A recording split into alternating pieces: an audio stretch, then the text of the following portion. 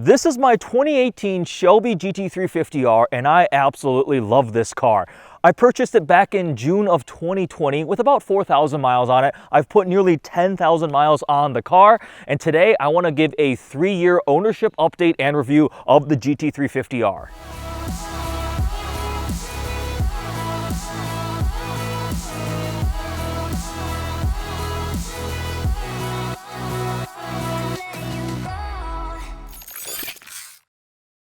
So let's start with a quick recap of what the Shelby GT350R is for those who are not too familiar. In my opinion, this is the ultimate driver's car iteration of this generation of Mustang, the Shelby 350 and 350R. The highlight is the engine. It's a 5.2-liter flat plane crank V8, nicknamed the Voodoo, which was a big deal because it shouldn't have existed, actually. Ferrari apparently claimed that they couldn't handle the noise vibrations and everything if they were to increase displacement of their V8 beyond 4.5 liters.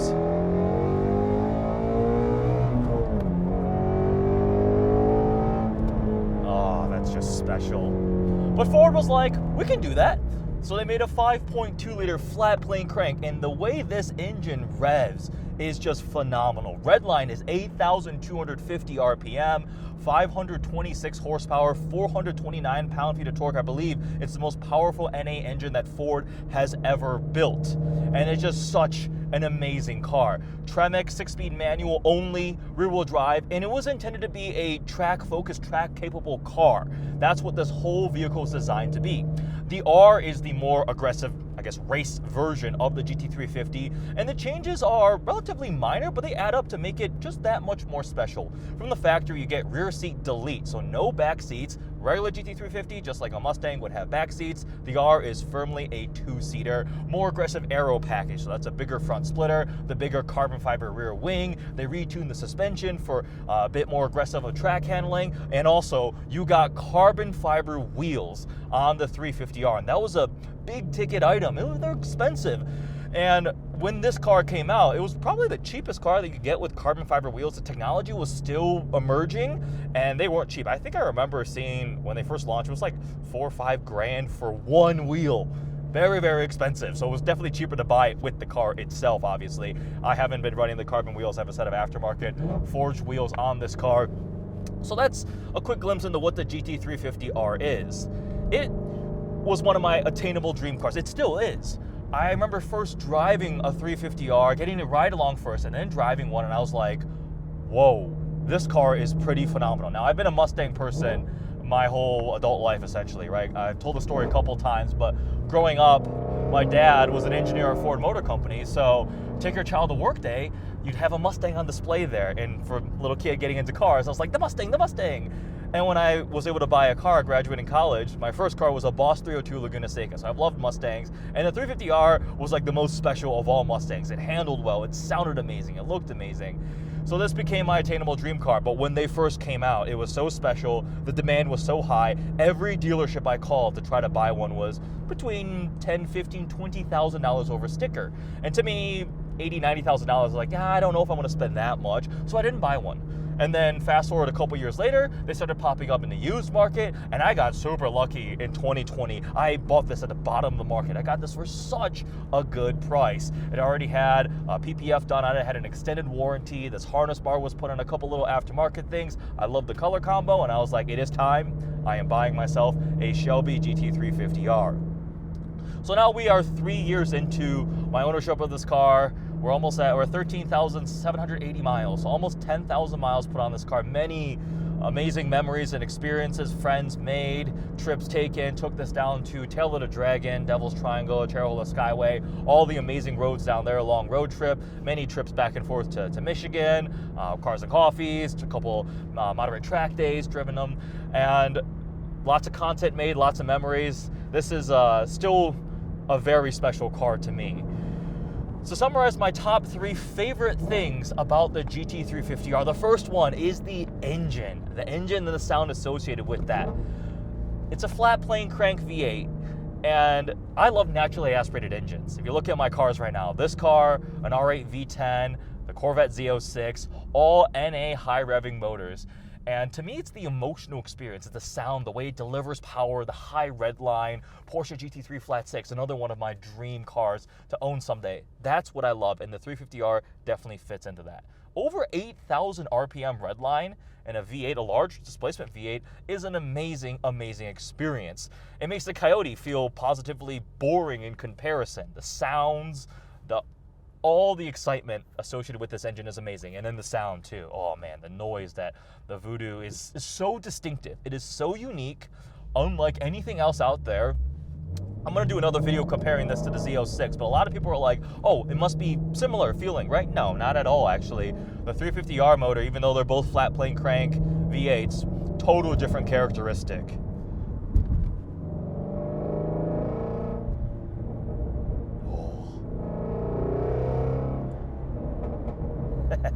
The burbles, the pops. So altogether, the engine is one of the highlights of this car. The second thing is the driving dynamics and excitement that you get out of a 350R, especially for the money. Previous generation Mustangs were never the greatest handling driving. I will say the Boss 302 Laguna Seca that I had was the best they could do on that platform with a solid rear axle. It was a track focused car, hence the Laguna Seca name for that thing. But it just wasn't there. Whereas going to this generation, the S550 made a bunch of changes. Magnetic ride suspension means the damping can be adjusted. It's independent rear. It's got track focused everything from the aero to the steering to everything about this car is set up to be such a good driving experience.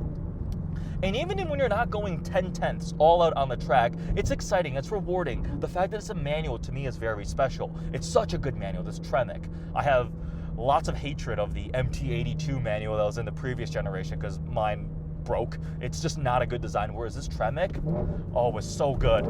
So good.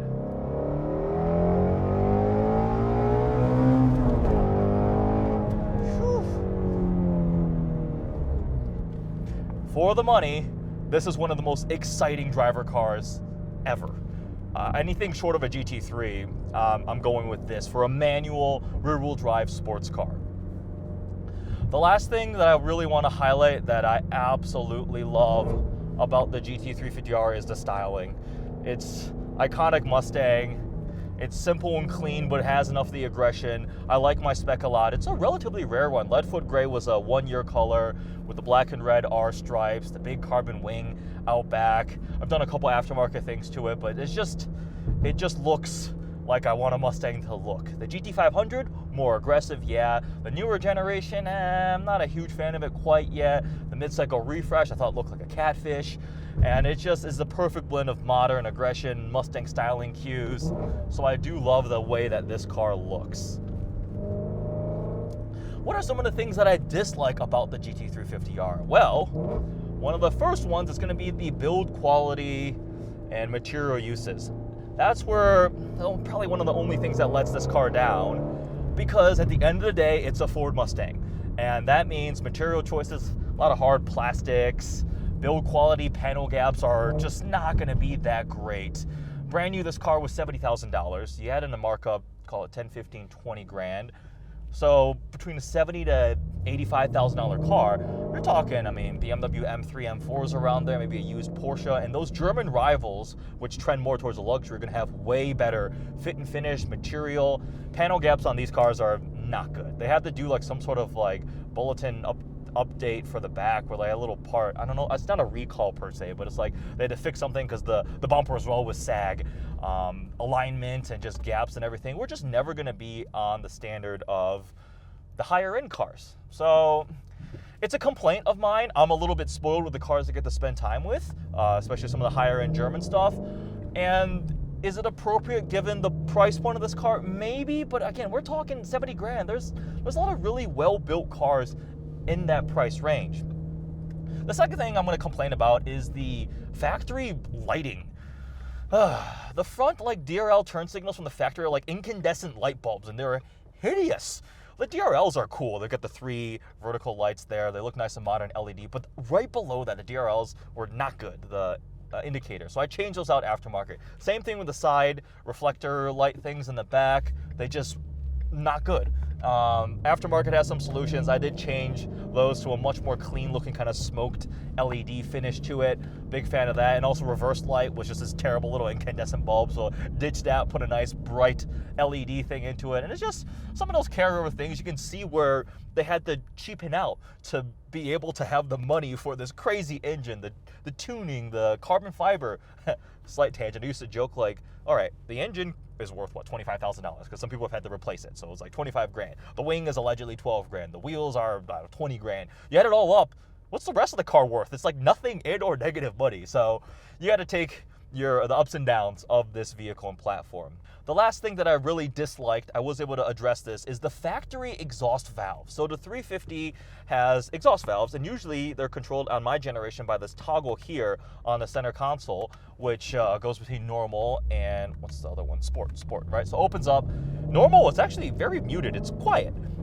But in factory configuration, because they have to like actuate and check if the valves are functional, every time you start the car up on a cold start, you want to hear that glorious 5.2 liter V8 cold start, but the valves actuate. So cold starts are like loud, quiet. It's like, because they actuate, and it drives me insane. Factory valve behavior also, sixth gear, I think, forces them closed. If they're closed and you go above a certain RPM, I think it was like 4,000 RPM, they open the valves back up. I got tired of it, so AWE actually makes a little exhaust valve controller, and when I first got it, they had said it was only for the Focus RS. But the parts were apparently the same, the actual little the valve thing. So like you plug the factory one, so this toggle is now useless. The car doesn't know that that's unplugged, and you have a little remote control to override it. So when I get in the car, I just ignition on without starting the car, open the valves and get nice, clean, cold starts, give it a nice listen to noise. So that was a little complaint. It was just annoying. It was a weird behavior, and it kind of ruined all the cold starts. We're nitpicking. Really, the only thing is the first one, the materials, fit and finish, and I can truly complain about the 350R. Everything else, love this car. Absolutely love this car. What has ownership, maintenance, reliability been like? Well, I did a video with my friend Matt talking about the reliability of this car, because it is a point that everybody is going to bring up. Oh, they all blow up or whatever. This engine, like I said, probably shouldn't have existed because the vibrations were so intense, right? It's not the most refined one. It is a high-strung, kind of like race motor. It's a little scary, but there are things you can do to make sure it's fine.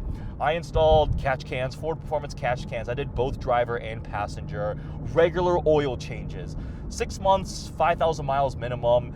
Towards the last 2 years of my ownership, I haven't been driving this car as much, so I just went to, it's not even mileage, it's time-based, right? So once a year I do it. Wasn't putting 5,000 miles on it a year, but that can help make sure you are regular with your oil changes. Some of them do consume oil. Mine, knock on plastic, has not, but I have always, during my entire ownership, had 3 to 4 quarts of oil in the truck at any point. And then the last thing is I just always make sure I let the car get to temperature before starting to drive it hard. Whether it's letting it idle before I start leaving or taking it really gentle, keeping the RPMs low. When I'm going before oil temps get to at least 160, 170, now I'm nice and warm, is that's when I'm gonna run this thing the red line.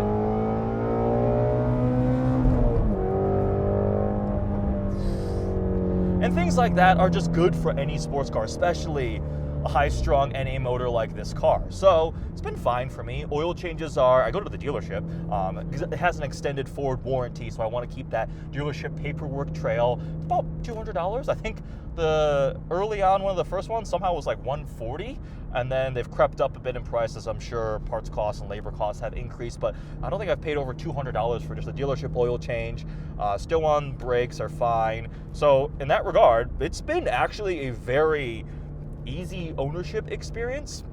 So comparing this vehicle to some of the competitors that I could have potentially cross-shopped, the big ones in my mind are something like a Camaro Z01, another American rear-wheel drive sports car. Camaro and Mustang obviously are head-to-head.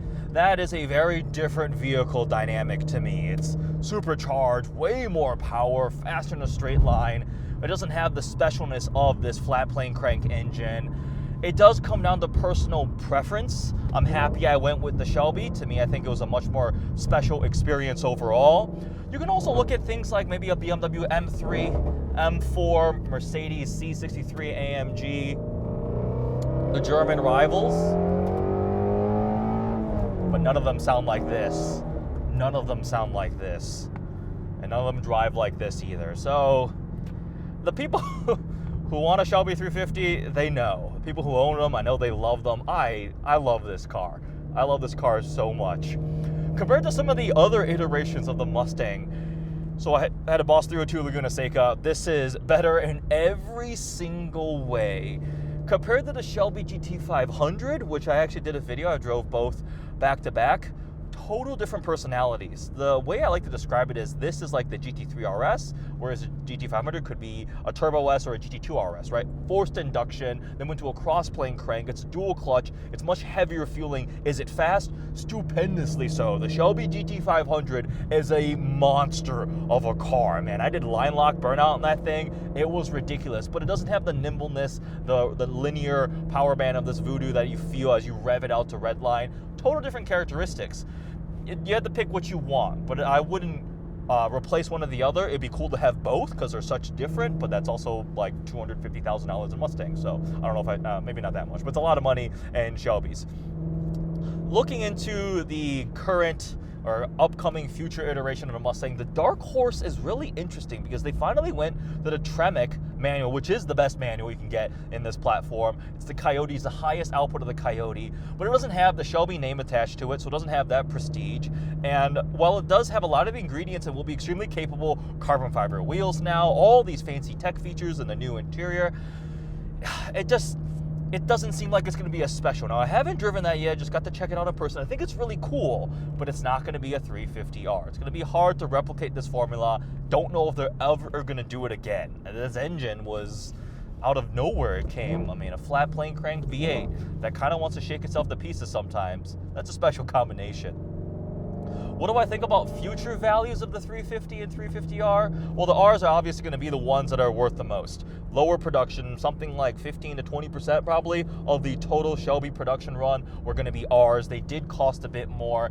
And then there's all the different color combination breakdowns for the rarity. There's going to be that one guy who's like, my car is a 101 Grabber Blue built on a Sunday by, or actually Sunday probably closed. 1 Grabber Blue built on a Tuesday by a guy named Bob. Cool. They built a lot of 350s overall.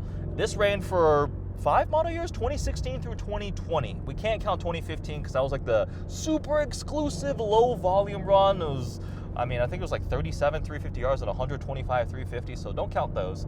16 through 20. It seems that the 19 and 20 model year cars are worth a bit more. For the regular 350, I believe they took the R motor, put it in there, which was supposed to be a little more robust with the oil passages and cooling and some of those mechanical improvements. So those have a bit of a premium. The Rs, they did things like the Recaro seats have like a red insert and minor changes. So those seem to be a bit more valuable. New colors too. Heritage Edition is obviously going to be the most valuable, the rarest. I actually had a chance to buy a Heritage R. Probably should have done that, but I was like, it just looks like a different color combo. I don't care about changing mine out. So in hindsight, for the value, that was a mistake, but I got my enjoyment out of this one. So long term, we're talking real long term, like 30 years from now, will low mileage rare spec 350Rs be worth a lot?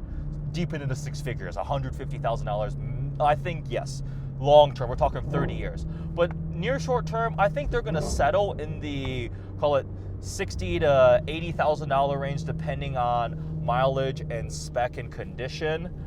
It looks like there are some that are being asked for like $90K for a rare color, nice option R. But I don't think they're gonna depreciate a ton or go up a ton short term, just because there's a lot of them out there. Do I think it's an amazing buy at, call it $60,000 to $75,000? Absolutely. It is just such a special car. Some people have been modifying them, forced induction, Whipple supercharger, turbocharged ones that are cool, but I personally wouldn't want to mess with the formula because I just love the way it is. Some aesthetic mods, some visual stuff, you just drive it and enjoy it. Such a good car. So there we go. 3 years with the 350R, 3 years of happiness, many smiles and miles, trips, memories. It's been a very solid car.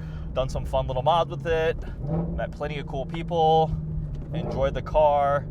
The one other thing, every friend who I've let drive this car, even if they're not a Mustang person, they get out of it going, wow, that's a really good car. It's just exciting, it sounds awesome, looks awesome.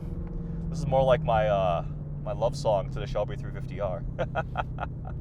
I hope you guys have enjoyed the videos I've done with this car. I certainly have. 3-year ownership update and review. There'll be a couple more pieces of content I'm going to do with this car. If you have any questions about the Shelby GT350, 350R, what it's been like to own, details, maintenance, all the things like that, always feel free to email, message, comment, whatever it is. Hit me up on Instagram. Always happy to talk about the car, how I feel about it, so forth. Hope you guys enjoyed this 3-year ownership update video. Thanks for watching.